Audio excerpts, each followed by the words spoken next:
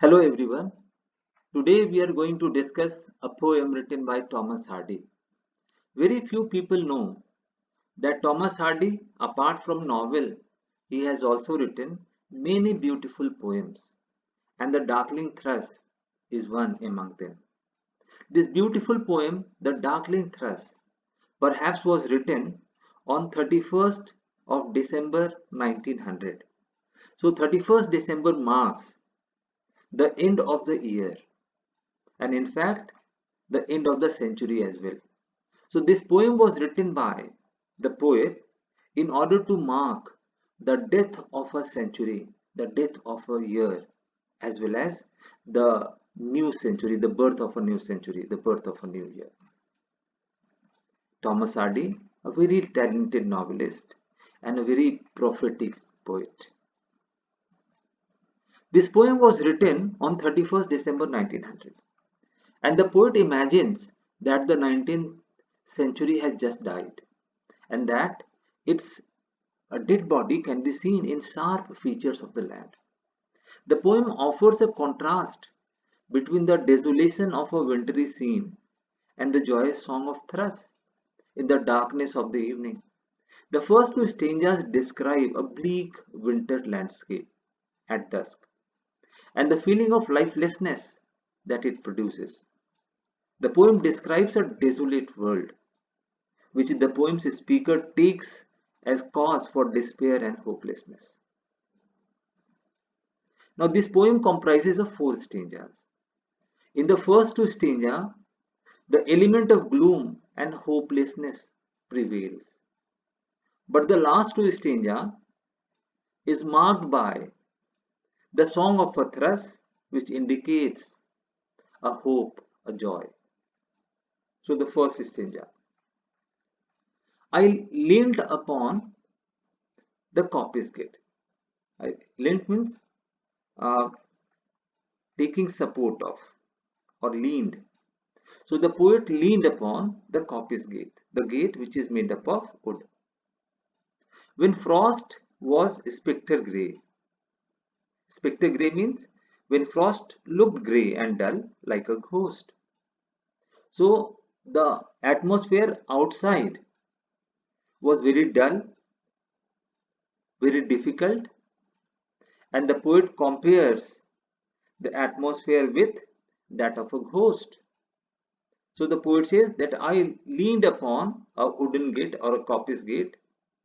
When frost was spectre grey, it was as difficult, as dangerous, as scary as that of a ghost.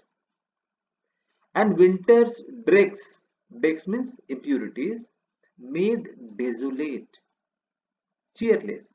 Desolate means cheerless. So author says that winter's dregs, winter's frost, or the adverse circumstances of winter, winter's chill, winter's cold, has made the poet cheerless and desolate. The weakening eye of day and this very circumstances has made the day very weak, means it had minimized the visibility, means the sun has become very weak. Now this is the scenario, the frosty evening, and nobody is perhaps outside their home. The tangled vine stems scored the sky. Tangle means interwoven. Vine stems, perhaps creepers, just like money plants, scored the sky. Now, author says that he has come to know or he has seen some creepers or the stem of some creepers, and the poet compares the vine stems or the stems of the creepers with that of the broken strings of lyre. The tangled vine stems scored the sky like strings of broken lyre. Now the tangled vine stems reminds poet of the broken strings of lyre. Lyre is a musical instrument. And all mankind that haunted nigh, nigh means in nearby, all mankind who used to reside in the neighborhood had sought their household fires. Now they have entered into their household and they have lit the fire in order to warm themselves, in order to save themselves. So this was the scenario outside. Very gloomy, very cheerless, very bleak. The land's sharp features seemed to be the century's corpse outlet. So the situation which is perhaps there outside, frost, storm, rain, it reminds of the poet about the dead body of this century. So it appears if that the century is, or the death of the century, or in fact the dead body of the century is out for the burial. Means the 19th century is has died and now it is time to bury it. His crypt, the cloudy canopy. Crypt means tomb. So the tomb of the century, the tomb of the 19th century is in fact the clouds. The cloudy canopy means the clouds overhanging the earth. So the clouds which are overhanging the earth, the clouds which are on the sky, they are acting as the tomb of the death of the 19th century. His crypt, the cloudy canopy, the wind his death lament. And the wind which is blowing outside, they are just like a, a song of mourning, or they are in fact singing the song of lamentation, song of death, song of sadness, because the century has died and now it is time to bury it. The century has died and such a adverse atmosphere is perhaps prevailing outside. The ancient pulse means rhythm, the ancient pulse of German birth. Germ means conception, birth means delivery. So the process of sowing seeds and the sprouting of plants had during the winter greatly diminished. So normally the sowing of the seeds and the sprouting of the plant is a very natural and normal phenomena. But even this has been hampered during this adverse winter season. The ancient pulse of German birth was shrunken hard and dry. Means it is very difficult. The seeds were shrunken down. They have been hampered. They are not sprouting. And every spirit upon earth seemed favorless as I. An author says that nobody is perhaps outside their household. Nobody is happy because of this excessive chill, because of this frost. And so am I. I am cheerless as well. I am sad. I am sad as well, just like other people.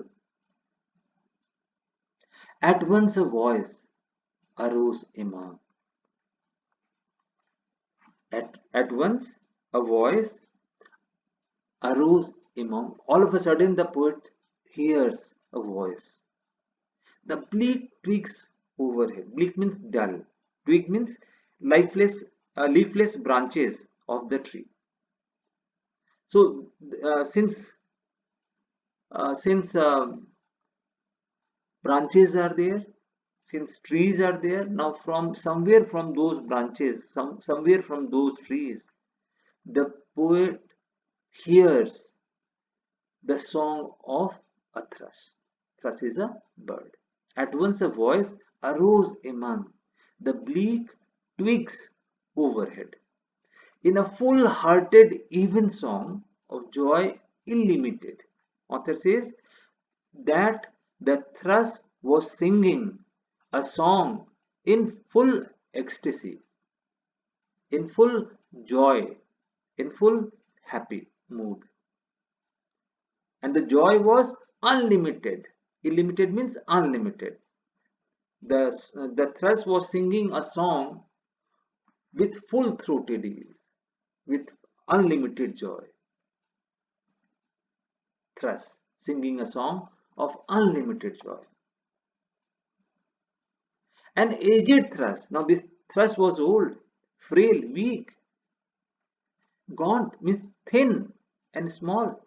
So the thrush was weak, thin and small, as well as old. In blast beruffled plume. Now the blast or the frost has ruffled, has impacted the plume, the feathers of this thrush. Had chosen thus to fling his soul.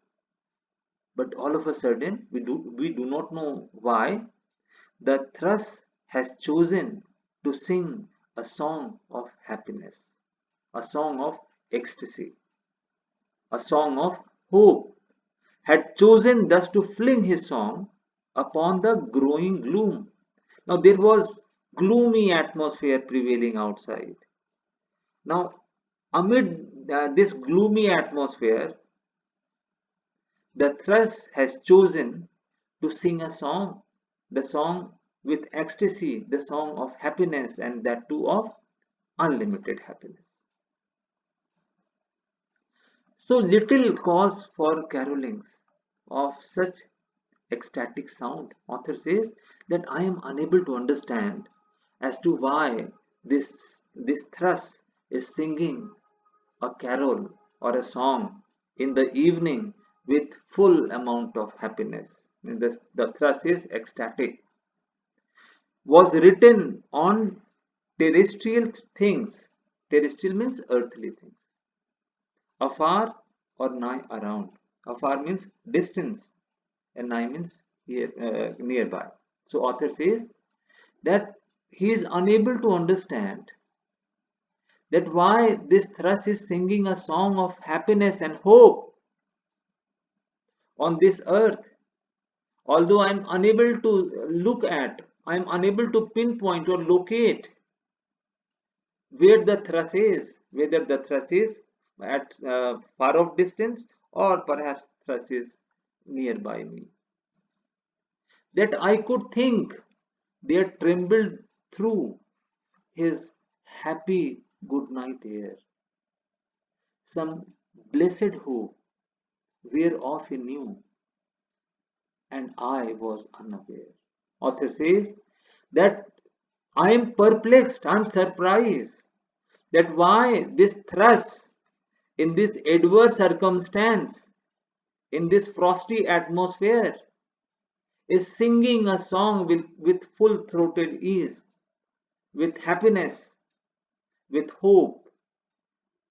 Whereas, as far as I am concerned, I am unable to locate any hope, any happiness, any cheer around me because I am unable to locate these beautiful things around me. Whereas I do not know why this thrush is singing a song of hope, of joy, of happiness. The Darkling Thrush by Thomas Hardy. So this is all about this video. Thank you very much for watching this video.